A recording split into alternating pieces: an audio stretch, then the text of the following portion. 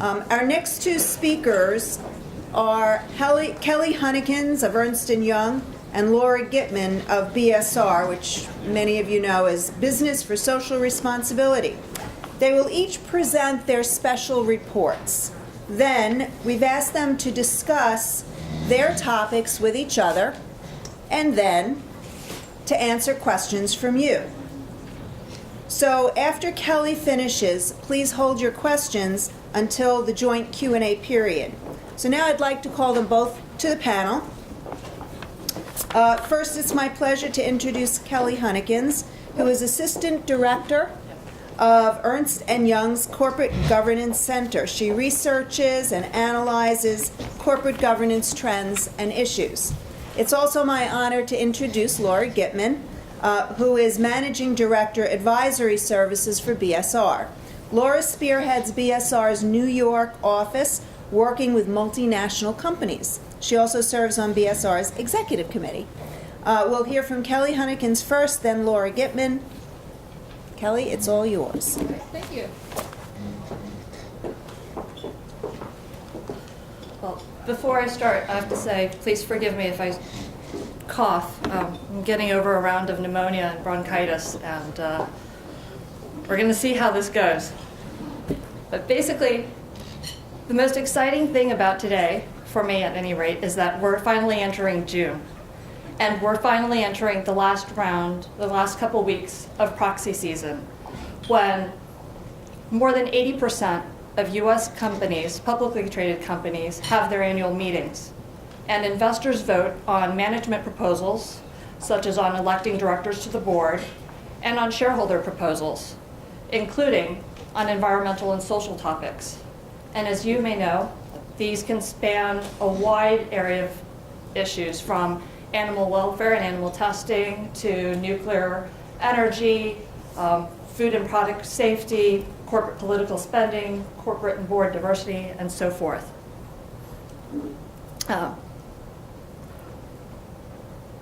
One of the things that you may have seen in the past 10 years, 5, 10, 15, 20 years in your work on corporate responsibility topics is that there's growing attention in this E&S space. Companies are increasingly working to incorporate sustainability-related matters in considering opportunities, but also in managing risk. On the investor side, you're seeing that they're playing a greater role in shaping conversations around corporate sustainability, whether it's through investment, through voting, or through engagement practices. And in terms of voting, not only are these investors voting on agenda items as we've just discussed, but they're also, in some cases, submitting shareholder proposals on key topics of interest. Earlier this morning, we talked about CSR being at crossroads or possible inflection points. Are we going forward, backwards? Where are we?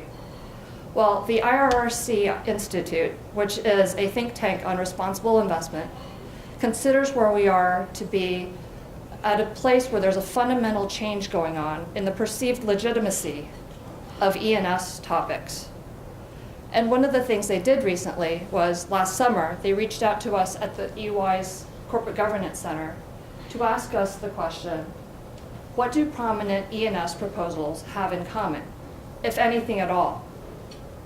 And this was a really exciting project for us for a number of reasons. One is we could leverage our database, which is based on public company filings with the SEC, and cover the whole range of companies across industries, company sizes, and across time to do this project. And we found that between 2005 and 2011, that there were about 1,300 E&S proposals that went to a vote. Now let me take a moment out to say that this was very exciting for me personally. I've never seen anybody do any kind of research like this before. But also because today I'm hoping to walk you through some of the key findings of our research study and then cap off our time together with a look at what's going on now in this year's proxy season, even if they're just preliminary numbers to date.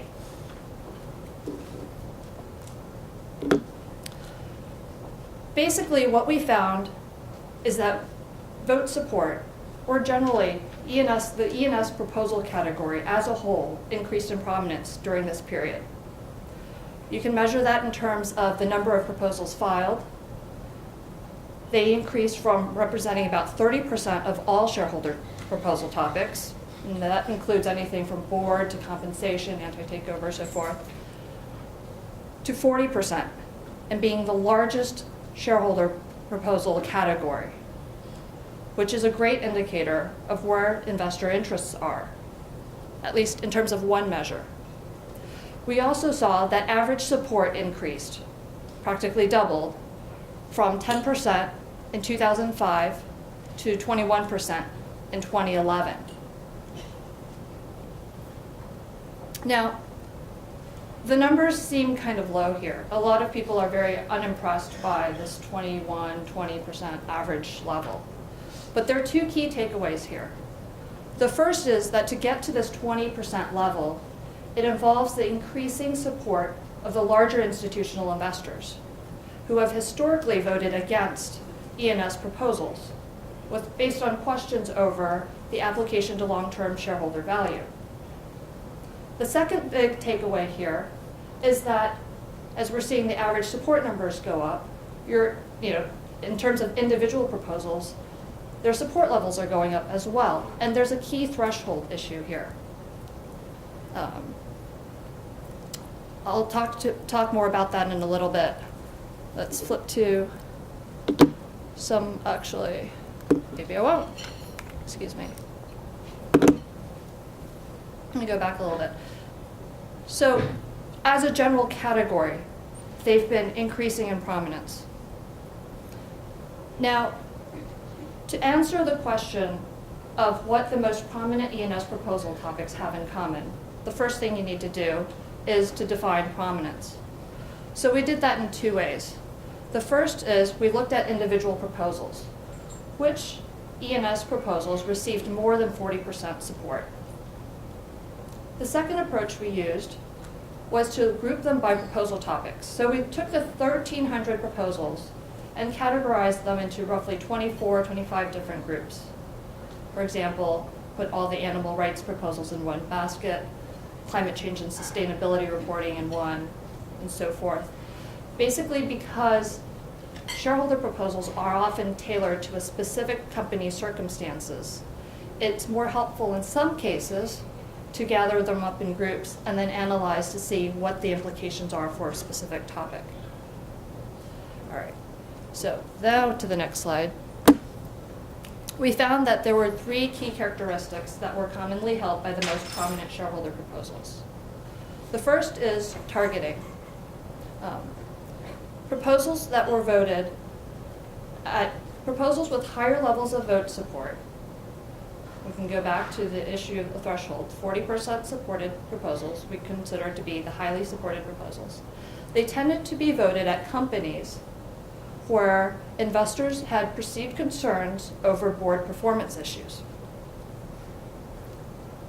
Another way to look at it is companies where there were highly supported environmental and social proposals were the same companies that had very high director opposition levels, about double that of companies which had the lowest supported proposals. Now, this is a really intriguing finding, but for broader context, I want to say that director opposition votes may be unrelated to the ENS proposal that's being voted for that year. And investors can actually prefer to vote against a company's directors based on financial or operational performance or on corporate governance aspects, for example, poor attendance. So that happens. Why is this important? Let's go back a little bit to the voting threshold issue. What we've found in our studies is that when a shareholder proposal reaches the 30% mark, a lot of companies start to pay attention. And when they reach the 50% level, a number of institutional investors, based on their voting guidelines, and these are the proxy voting guidelines that you can find, will consider voting against the directors in the following year if they do not appear to have responded effectively and sufficiently to the ask that's in the shareholder proposal. And they might do this even if they disagreed with the shareholder proposal's ask, the request, in the first place. And the reason for this is because of the perception that if the board is not responding sufficiently to a majority-supported shareholder proposal, it becomes a board accountability issue. It goes beyond the specific ask of a proposal. Another common characteristic among prominent E&S proposals was timing. We noticed that a lot of the highest, most prominent, most visible, and highest supported proposals tended to be connected with front page news. They also may have been connected to trends in terms of the global regulatory, legislative developments, what key companies in their industry, among their industry peers may have been doing, and also what those shareholder proponent may describe as what the leading set of companies are doing. This seems kind of general. Let me give an example to help make it a little more concrete. And the example I have is shareholder proposals on corporate and political spending. In many of these proposals, there's reference to what the leading companies are doing in terms of providing enhanced disclosure and reporting, and in some cases to provide greater board oversight of this topic. These proposals, following the Citizens United decision in 2010, jumped in terms of the numbers voted. I think it something like 40%, when it was already one of the largest proposal categories being voted every year. At the same time, average support also jumped. Now, to give an example from the flip side of things, your contrarian proposals, those that run contrary to current trends in the marketplace, but also in terms of shareholder proposal land, averaged only about 5% during the period.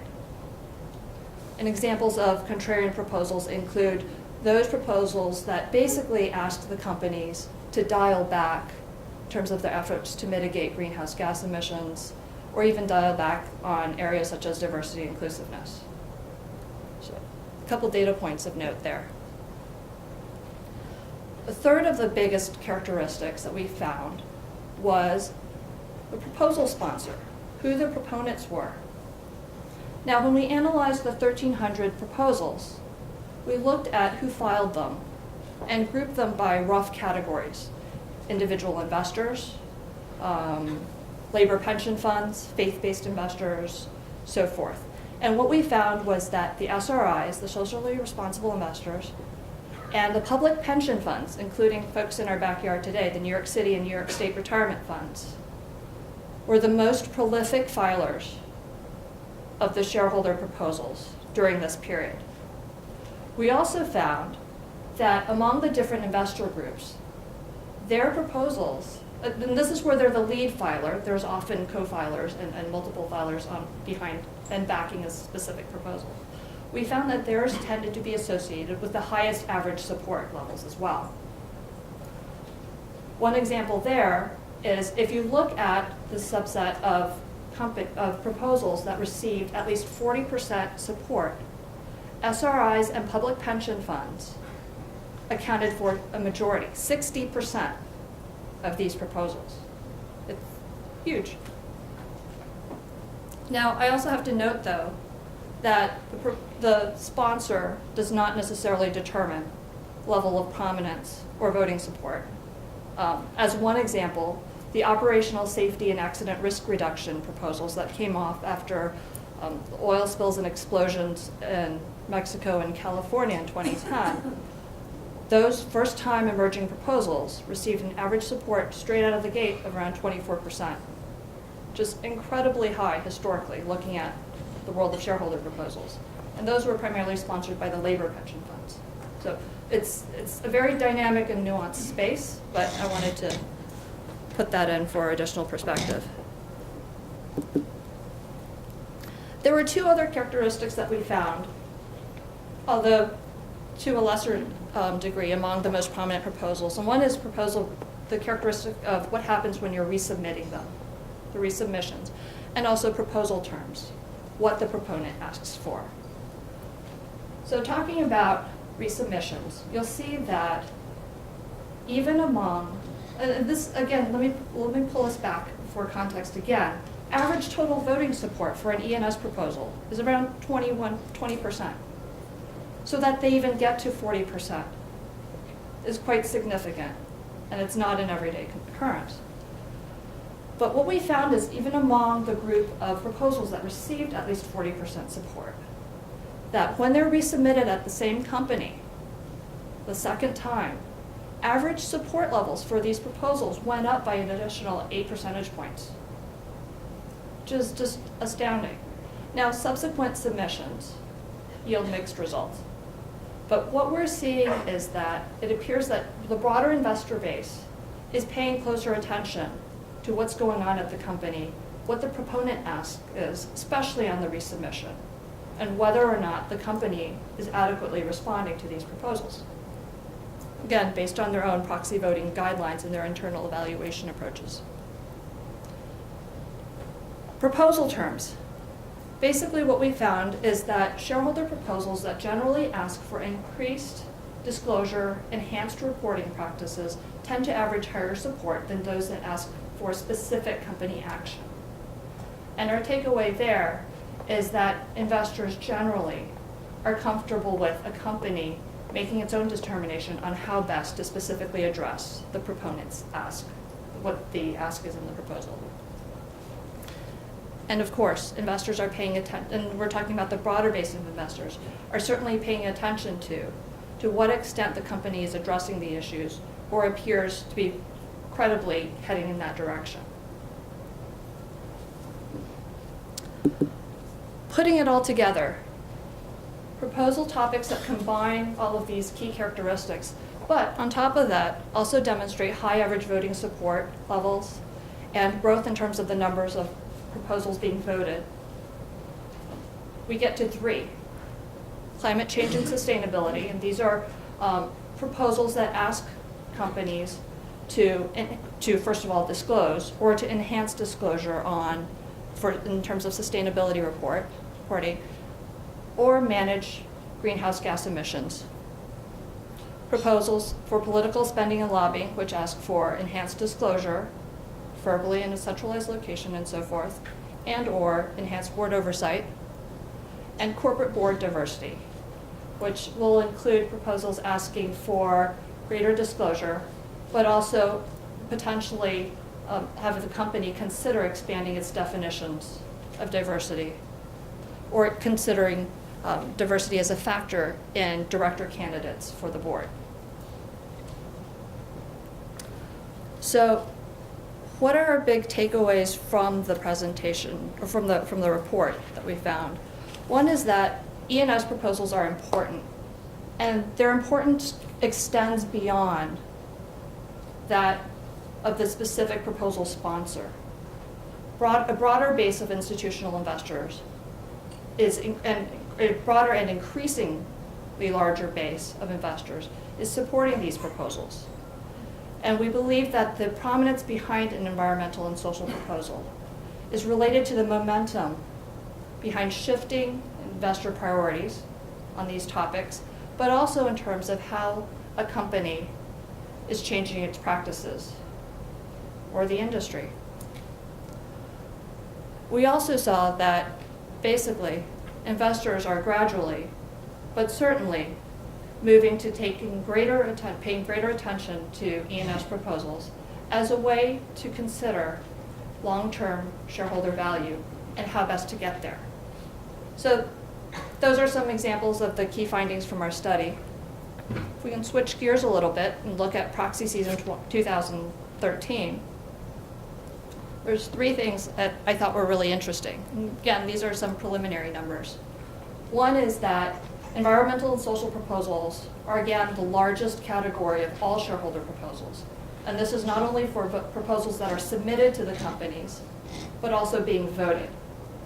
The significance there is that a number of proposals, typically the highest for E&S proposal topic, are being withdrawn by the shareholder sponsors. And they will withdraw these proposals based on robust dialogue with the company in which they're engaging on this hot topic that they would like to see more consideration of, or oversight, or more disclosure, closer discussion, or company action on the specific ask. What I'm saying is there's a lot going on behind the scenes, and to some extent you can regard shareholder voting data as the tip of the iceberg. There's a lot of movement that's going on that's just not readily or easily measurable. Another thing is that the two biggest proposal sponsors for this year, SRIs and public pension funds, between the two categories, they submitted half of all the E&S topics this year. And last but not least, 3 big proposal categories. Guess which ones? These make up more than 60% of all the proposals that were submitted to companies across the US. They are also, when they do go to a vote, again, a number of them get withdrawn.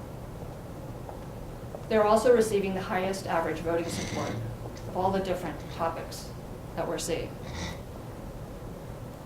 So, again, some preliminary numbers. We're looking forward to the next couple weeks in June when more numbers will come in and we can start working on our proxy season review. In the meantime, if you'd like to look into more information about this, you can see our site, ey.com/governance. We have our proxy season preview, and I think there are copies out in front. It's titled How Investors Are Framing Conversations Around Corporate Sustainability. And if you would like more information about the IRCI paper, you can be downloaded for free off ircinstitute.org. Thank you. Looking forward to questions.